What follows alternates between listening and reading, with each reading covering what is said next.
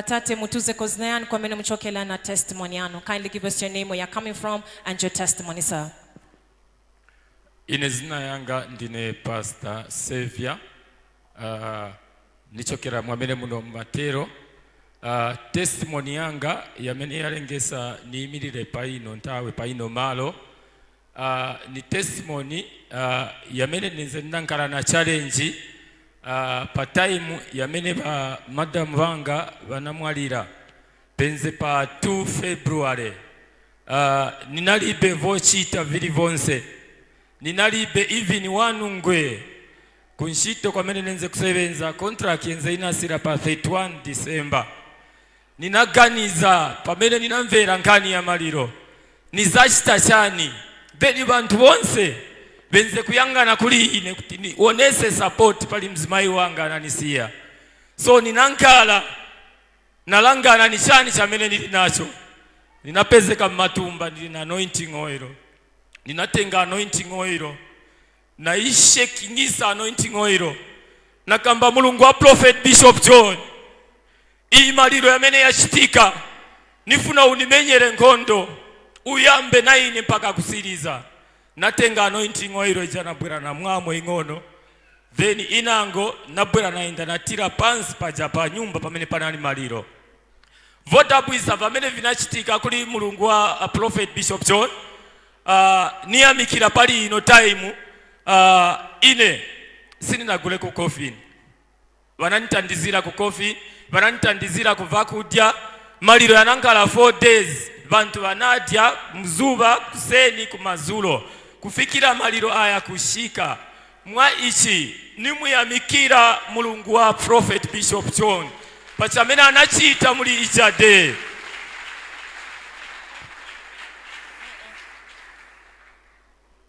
Chifukwa ine ninalibe vochita, ninalibe napoyambira, nienze kumvera kusokonezeka, nizayambira pati. Then testimony ya number 2, kusira kwa maliro pamene yanasira. Ninapeza nafuti na challenge nango. Yamene ninapezeka katundu yonse, ku bedroom, ku sitting room, kitchen. Katundu inasala. Nabwera na chokamo chape na vovala vanga vakumubiri na bag. Batate bananiitana mwana wanga ulikuti bwera kuno. Nishimaganizo yanigwira. One room yamene nenze ninasakira kuti nizinkalamo. Ninalangana nilina chabe na bag ya vovala. Ninamba kuganiza life yamene ninali kunkalamo. Maganizo yananibwerera. Yenango yenze kunuuza kuti enda kumowa kwa mene unze unachokera. Yenango yenze kunuuza kuti lero ngati wagona muno mnyumba ufunika naye wa uzipae. Ijade bakabwere bakatenge vovala pamene vasala.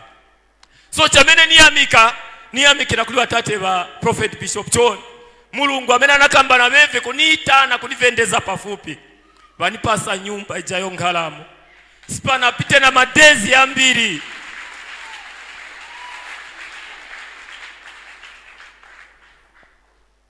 Mulija nyumba sipana pite na madezi ya mbiri. Namvera na mtima wankala pansi, namvera mtendere. Because ninalibepo ya mbira nyumba ya renti nzairi pira bwanji. Ninadabwa miracle ya chitika. Neze ninachoka kuzingalume kwa mseo. Nipeza from nowhere mattress ya bwera. Mambare ya bwera. Mapoto ya bwera. Manaifi, vipiango, safu, mabucket, maduve.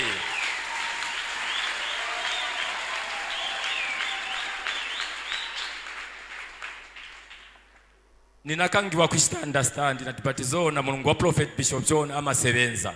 Wa inenzo lingalila kuti nizipae na ine nikonke uja mkazi. Si mattress vanipasa. Hivi pamene vanipasa vichira na vicha pamene vananipoka. Mwa ichi nimuyamika mulungu wa Prophet Bishop John. And siriza kachoka pali ino malo. That is the God of our senior prophet. Powerful.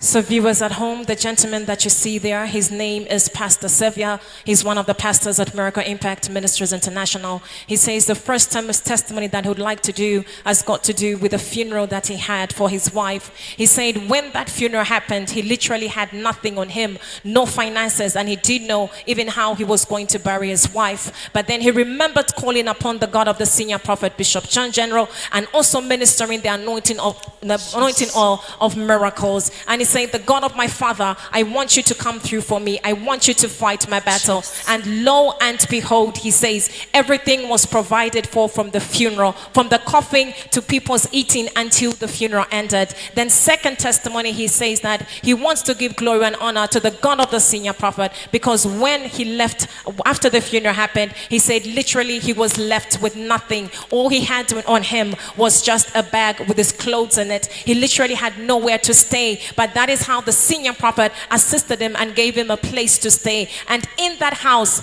viewers at home, there was nothing. There wasn't a mattress, there wasn't a pot, there wasn't a spoon. It was literally an empty room. But still more, he called upon the God of the senior prophet, Bishop John General, and say, God of Bishop John, I know that you are a God of miracles and you make things that are impossible to become possible. So he says, as you see him standing right there, the place where he's staying right now, everything is inside the house, from mattresses, blankets, buckets, pots, everything, you name it. The God of Bishop John General provided for him and made a way for him where there was no way. So today he says he has just come to give glory and honor to the God of the number one prophet, Bishop John General.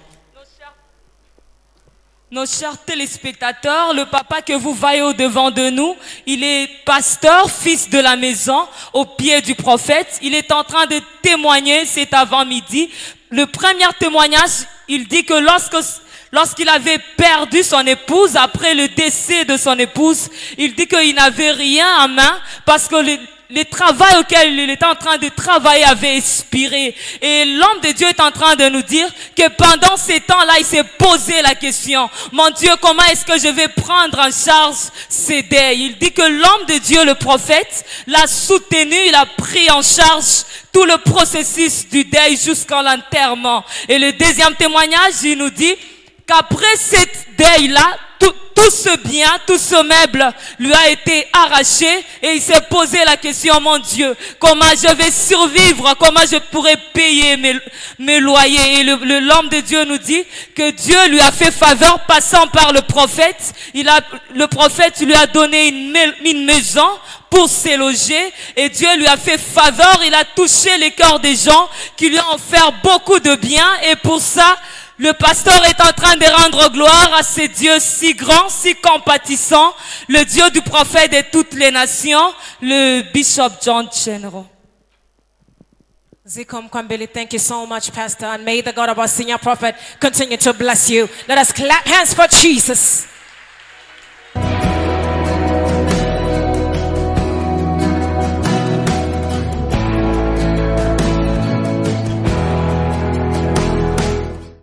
Mutuze Koznayan, kwa mina mchokela na testimony yanu. Kindly give us your name, where you're coming from, and your testimony, madam. Zirayanga nje Doreen Mwewa, nchokela ku John Lenge. Testimony yanga last month nabwera ku church pa 4. Nachoka kuno ku church napempera. Nafika mtauni napeza na kawarara vananimenya maningi. Pana nisiye vanimenya vananinyamula vantu vachifundo na kunipereka ku UTH. Ku UTH kuja ninankhala 1 week sinikamba vanabwerera futi kuno. Na kubolo kula anointing oil na kunimwesa. Nje mwamene napupulukira na kuyamba kukamba nje mwa inachokera na hospital. So kwa icho niwonga zikomo kula Bishop John General. Kuchokera pano nenze ovimba maningi tupi yonse mendo zonse. Niwonga zikomo para inafika pano na pola na mvera bwino. That's why inabwera kuno ku church. Let us clap hands for the God of the senior prophet. So viewers at home, the lady that you see standing in front of you, she says just after attending one of the services here, as she was going home, she had an encounter with thieves. She says these thieves literally took everything from her and beat her up so badly that she ended up in the hospital. She stays in the hospital for many days, and literally she says she was not able to move, she was not able to talk, she was not able to walk, she was literally not able to do anything. So that is how she decided to send one of her sisters right here to Miracle Impact Ministries International to come and get her the anointing oil of miracles and the anointed water. She says instantly upon ministration of the anointing oil of miracles and the anointed water, she says that is how her life was saved, and she literally came back to life. She says, as you can see her standing right there, she has been delivered and she has been healed, because this is a woman who had been beaten up so badly. She said she reached a point where her entire body was completely swollen, but just after the ministration of the anointing oil of miracles and the anointed water, the next day she said that is how she was discharged, and today she says she has come to give glory and honor to the God of the number one prophet, the senior prophet, Bishop John General. Nos chers téléspectateurs, la maman nous dit qu'elle a été victime d'agression. Quelques bandits l'ont tabassé et dérobé tout ce bien. Et la maman nous dit que c'est comme ça qu'elle a été acheminée vers l'hôpital. Elle nous dit que sa sœur était venue en ce lieu. Elle avait payé l'huile d'olive, elle l'a amenée à l'hôpital. Et la sœur nous dit qu'elle a continué d'utiliser cela. Et Dieu l'a aidée. Elle nous dit qu'auparavant, après cette attaque-là, elle a été incapable de parler. Elle était dans l'inconscience. Mais après avoir utilisé l'huile d'olive, Dieu l'a totalement guérie, tel que vous les voyez au-devant de nous, et pour ça, elle rend gloire à Dieu, le Dieu du prophète de toutes les nations, le Bishop John General. Zikom Kambilwamai, thank you so much, and may the God of our senior prophet continue to bless you. Let us clap hands for Jesus.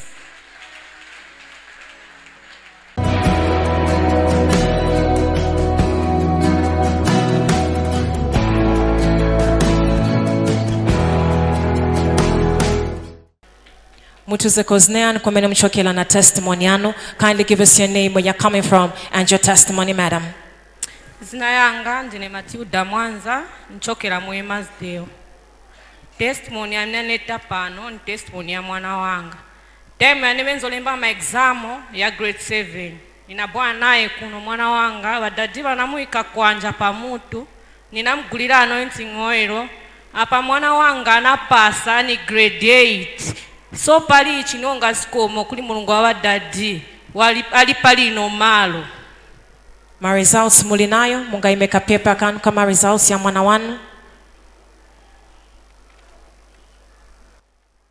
So viewers at home, the woman that you see standing in front of you says she came to Miracle Impact Ministries International when one of her children was writing their grade 7 exams. She believed and she knew that the God of Bishop John General was a God of miracles. Upon bringing the child to the ministry, the senior prophet Bishop John General laid hands on the child and prayed for the child and declared a word. And lo and behold, the child went, wrote their grade 7 examinations, and as you see the mother standing right there, she's a proud mom. She's holding the results of her child. The child passed, and right now as we speak, the child has gone through to grade 8. So today she says she has just come to give glory and honor to the God of the number one prophet, the senior prophet, Bishop John General.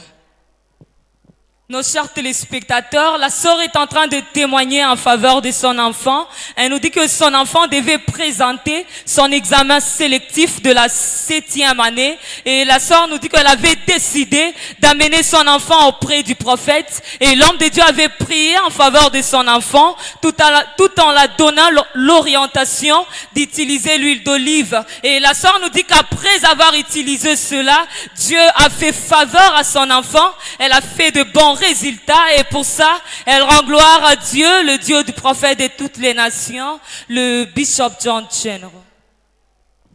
Zikom Kwambili, thank you so much, madam. And we pray that the God of our senior prophet will continue to bless you. Let us clap hands for our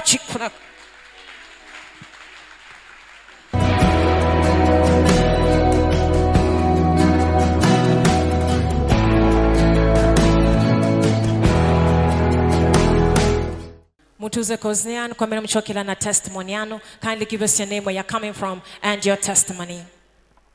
Zina langa ndine Daniel Ndola. Nchokera ku Garden House. Testimony yanga ni ya mwana wanga. Last month pa 26 anasoba for 16 days. Ninaye sama polisi yonse ali mu Lusaka muno na pa Central Police in Africa wanachita announce ma polisi yonse sanaoneke. Ma kliniki, ma hospital, utie chinafika kuma mochari kusakira sanaoneke. Ninabwera kuri wa Prophet John. Bananyoza ngena mu office. Banani pasa ma direction penze last week pa Saturday. Banani pasa manzi na botro emozi anointing. No news amadezi amena soba mwana ya paka. Kwa mene wapita ni kwambi. So uendo katile munyumba anointing manzi umwe. Na kupasa 3 days. Kwenze kuma 17 hours pa Saturday. Yamba Saturday, Sunday, Monday. Pa Tuesday, mwana wangu ngasiwaza kamuleta ukabwereko. So na mwana vanamuleta kuchoka ku Cheston kwa mena anasobera. Anapezeka kwa Kanyama kutwashuka kuja ku polisi. Vanamuleta vakapokola pa stand panga ikosaganizira ati vangamuleta. Pa Tuesday pamena nakamba Prophet John General. Let us clap hands for the God of the senior prophet. Powerful.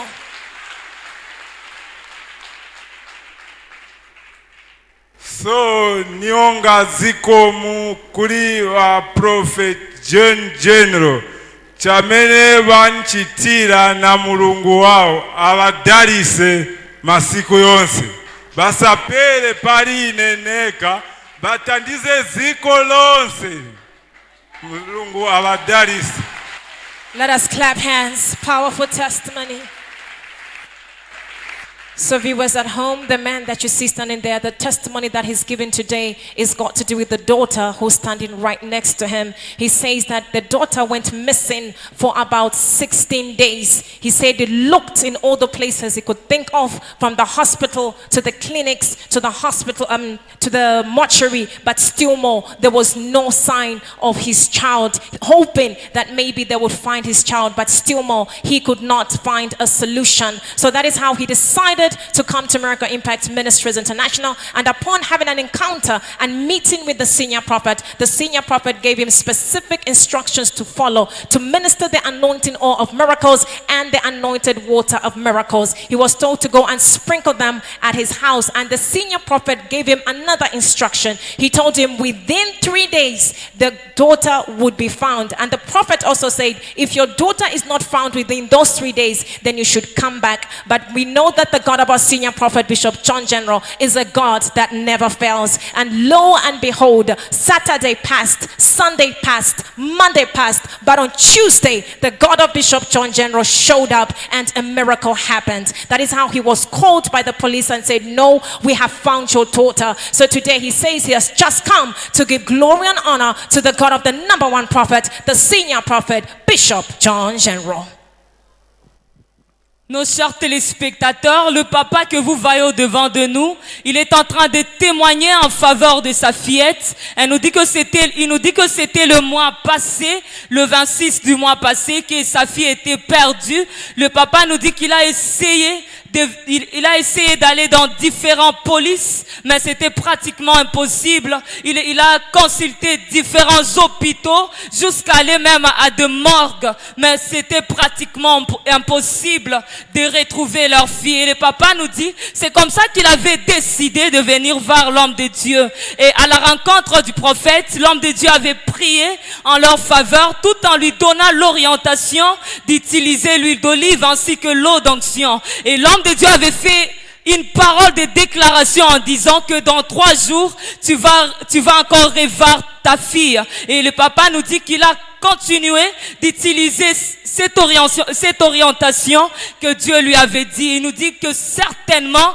Dieu a manifesté sa fidélité. Le 3e jour, un de policiers est venu ramener sa fille. Et pour ça, le papa est en train de rendre gloire à ce Dieu, le Dieu des cas impossibles, le Dieu du prophète de toutes les nations, le Bishop John Chenro. Zikom Kwambili, thank you so much, sir. And may the God of our senior prophet continue to bless you. Let us clap hands for the God of the senior prophet. And he is my light, my strength, my song, this cornerstone, this solid ground.